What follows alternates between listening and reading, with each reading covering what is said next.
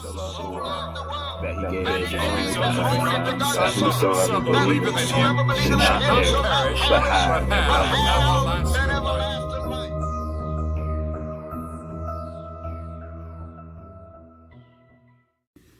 What's up, peoples? What's up? I'm really happy today. I'll tell you why, and then I get into my quiet time. So, I keep doing this. I don't know why, but I finally took responsibility for waking up on time, waking up early, and doing the things I'm supposed to be doing so that I can be right with God and live my life according to Him. So my morning routine is mostly just getting up, working out right away, and while I work out, I listen to an audio of the Bible. So I just started from Genesis and I just listen to it as I do my workout, and I stop. And then the next day when I work out again, I pick up where I left off and keep listening to it. So eventually I'll listen to the entire Bible from Old Testament and New Testament, and I will keep doing that for the rest of my life. I want to work out. Anyway, so I wake up, I go straight to my workout, and then right after that, I come and do my quiet time. And then right after that, I go take a shower, basically get myself together. And then after that, I make a list of things that I need to do for that day. And then after that, I would eat and then go to work if I do have work. But today, I don't have work. So I woke up at 4 a.m. I did all of those things that I just explained to you. And I feel great. I feel in tune with God. I don't have anything to really stop me from doing what I should be doing. As in, I'm not in my flesh right now, but I'm in the spirit. So I encourage you to just do the things that you should be doing in order to stand uprightly with God. And if you don't, then you'll just be shooting yourself in the foot. Also, I thought of something that I've learned from last week's meeting. So Paul tells us to live as a living sacrifices, wholly acceptable to God, and it's our reasonable service. And most people, I don't know, people don't really understand the weight of that. The weight of that statement. We should be living as living sacrifices. And I won't go into this because it would take me forever. But living as living sacrifices. We have to keep jumping back. We have to keep jumping back on an altar to sacrifice ourselves so that we can be made clean and so that we can walk righteously with God. And we have to keep doing that. We have to keep jumping back on an altar, and we have to stay a sacrifice. And when I say sacrifice, what I mean is like living our lives according to God. That is the only thing that we can possibly do that's the only thing we could possibly do after Jesus' death on the cross for us. So I'll leave that up to you to figure out if you don't know what I'm talking about. Or if you want me to explain that a little bit more, just leave a comment in the comment section below and I will be sure to get to that. But today I read Proverbs 12 through 16. And again, it took me forever to go through this because I want to understand what it's saying, why it's saying it, what the words mean, how does it fit into the context. I want to understand everything, but most importantly, I want to understand what God is telling me in that. So, verse 12, the wicked covet the catch of evil men, but the root of the righteous yields fruit. So, in shortest layman's terms, wicked people covet wicked things. Wicked people covet the things of this world. What wicked people really want is, well, what's popular today is riches, fame, and fortune. That's really what's all worthwhile to wicked people. That's all they really want. They want all of these material things. And if not that, they want to seek pleasure and happiness. And happiness is once again temporary. So wicked people want evil things. And I was once that person. I wanted to be rich and I wanted to be famous. I wanted my name to be everywhere. And when I would see other people that have those things already, it's either I would admire them for that or that I would covet. I would want what they have. I would desire. What does covet mean? Hold on. To strongly desire someone else's possessions. That's what will be in my heart. But here's the thing. The root of the righteous yields fruit. So the root of the righteous, of course, is in God. And from God, the righteous bear fruit. And what is this fruit? And it's the fruit of the Spirit. Love, joy, peace, patience, kindness, goodness, faithfulness, gentleness, and self-control. All of those things are the fruit of the Spirit. But you also have the fruit of God's blessings, whether that's material or spiritual. We have the fruit of God answering our prayers, whether it's for someone else or for ourselves. We have the fruit of God's forgiveness, right? We have the fruit of God's mercy and his grace. We have a whole bunch of things that basically falls up under what is good and what leads to life. And there could be many, many, many of those things, but it's according to God's plan, and it's honestly according to your heart and what will lead you even closer to God. So,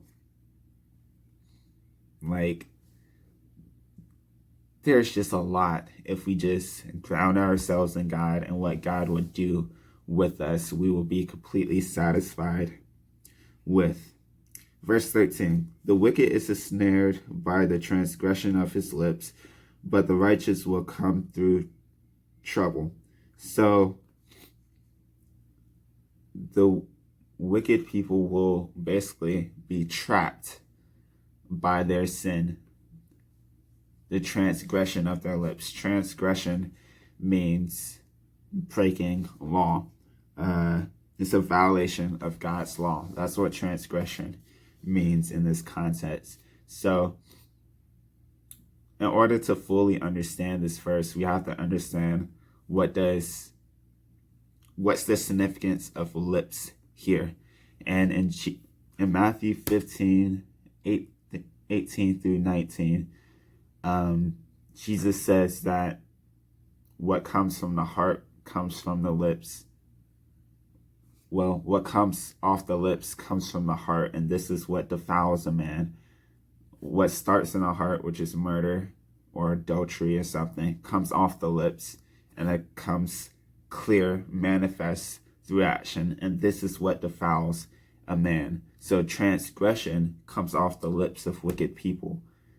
Breaking God's law comes out the lips of wicked people, and it comes off the lips because it's in the heart.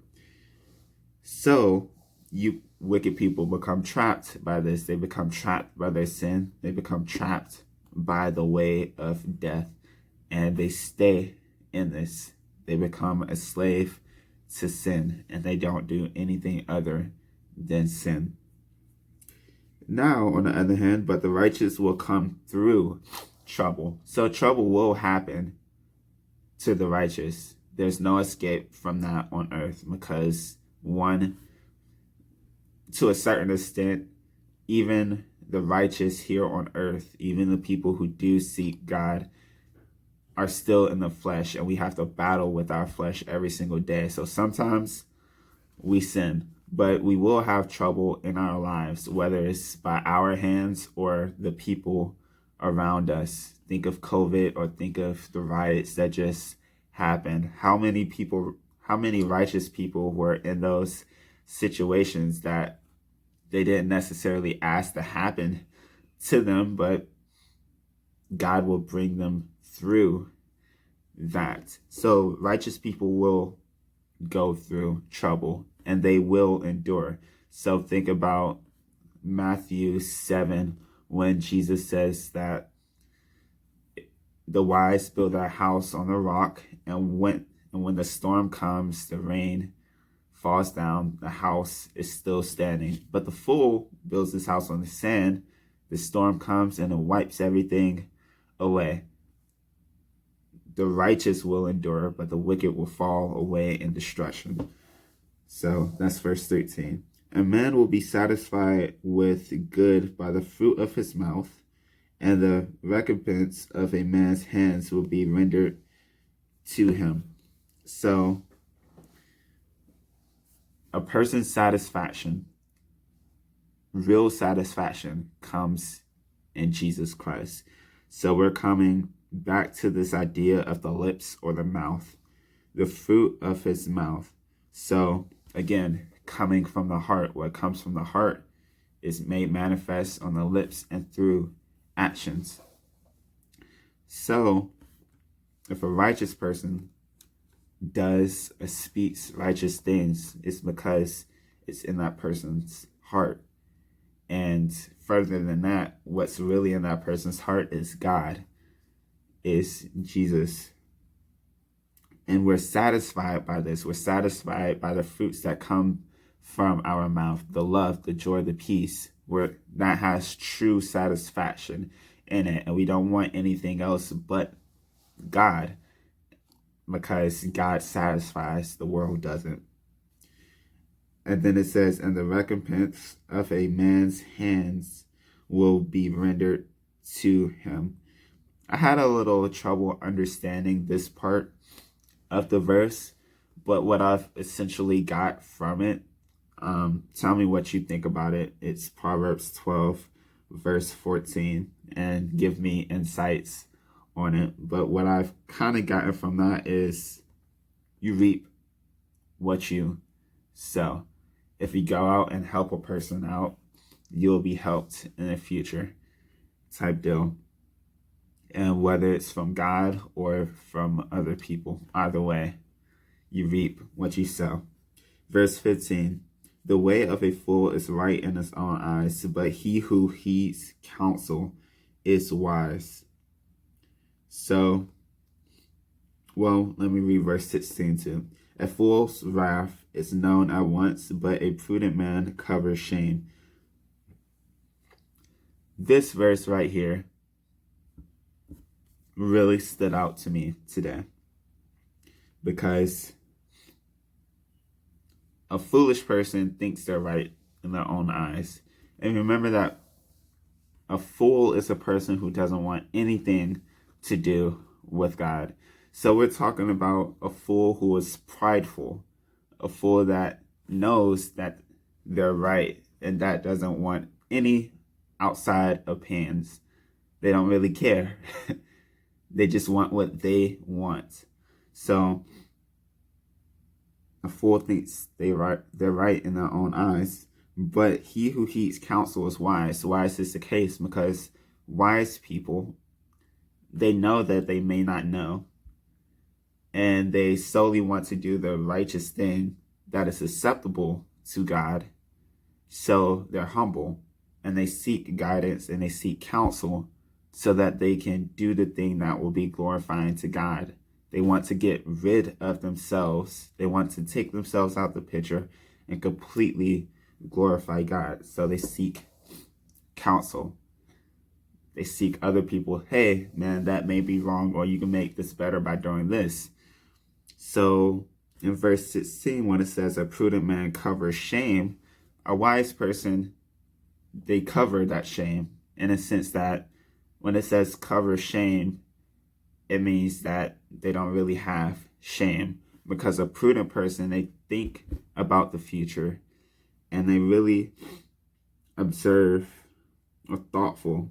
They really care about the future. So they take time to actually sit there and take apart what their decision will do in the future, and that will help them to not make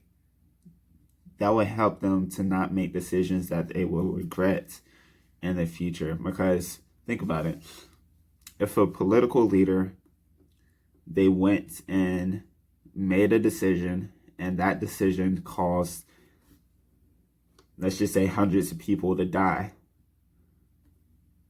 they would be shameful of it because they made the wrong decision.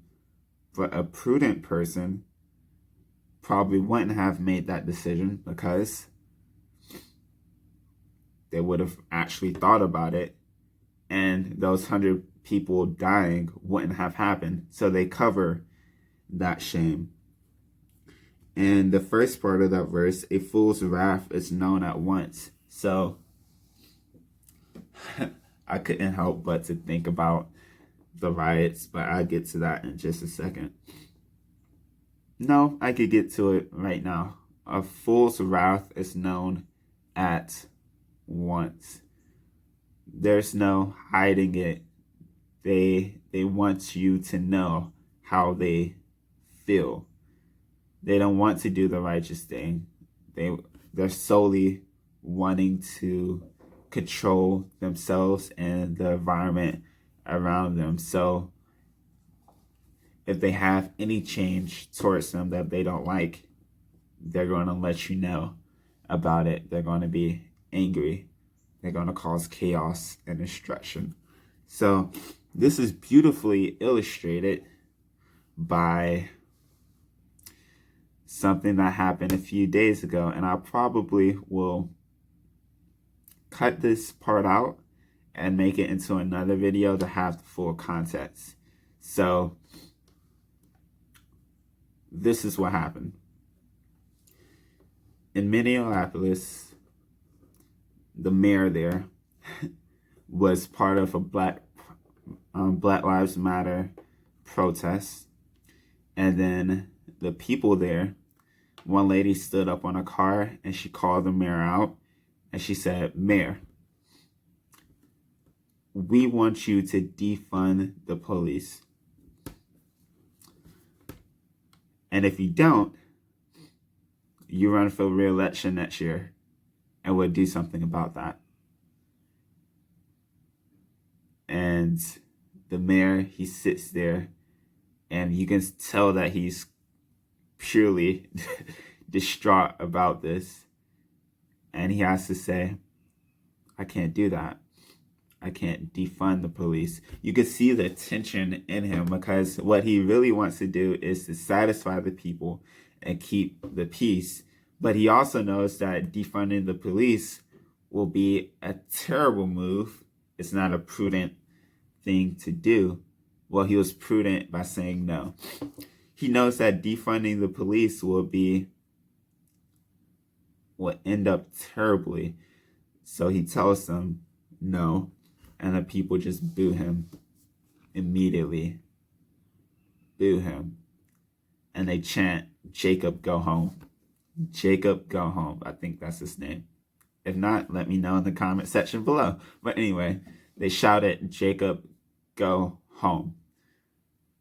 And he shamefully walked through a whole bunch of people and went home. Those people, I have to say it because it's the truth. It is a very unwise decision to defund the police. Extremely unwise. And the mayor there, he was right in telling them no. And here's the main reasons why you don't defund the police. One, because it's a lot of people's jobs. You're messing up a lot of people's livelihood. And not every cop is racist. So defunding the police, you're literally meaning black, white, Asian, Hispanic, whatever people who are working. You're taking away their source of income, and now where are they going to live? How are they going to support their families and stuff like that? So it's a bad idea in that sense, but it's also a terrible idea for society because the purpose of the police is to uphold the law. And if you don't have anything to uphold the law, then you leave room for lawlessness.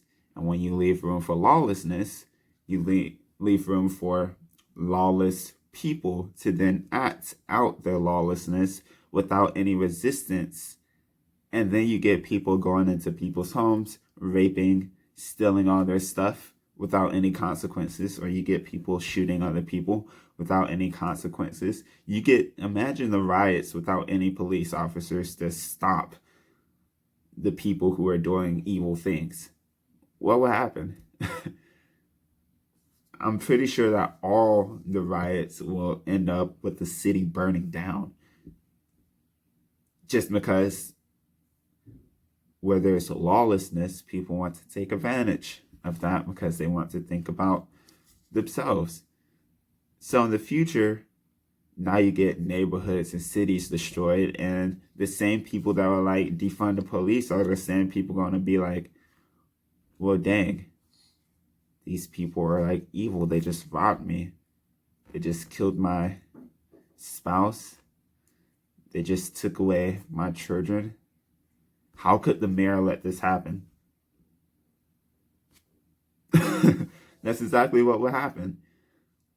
But the mayor did the prudent thing in this, in that he knew that defunding the police was a terrible idea and will end in hundreds of people dying. And what he did was said, no. And therefore he covered his shame, because if he had said yes and defunded the police, then the city would have been terrible and people would have been blaming him, which causes him shame. But because he was prudent, he covered that shame and did the right thing in telling those people no. So that's just an example of verse 15 and 16. I love you all. And again, I just want to say this one thing before I leave. These quiet times, they're what I get from reading these verses. They're what God puts on my heart about these verses. And it's like, even though there's a lot of things for you to take away, take what you want, leave what you want. But I just have to let you know that these are my quiet times with God. Your quiet times, you may get something completely different from these verses. So yeah, I love you all, and I'll see you in the next video.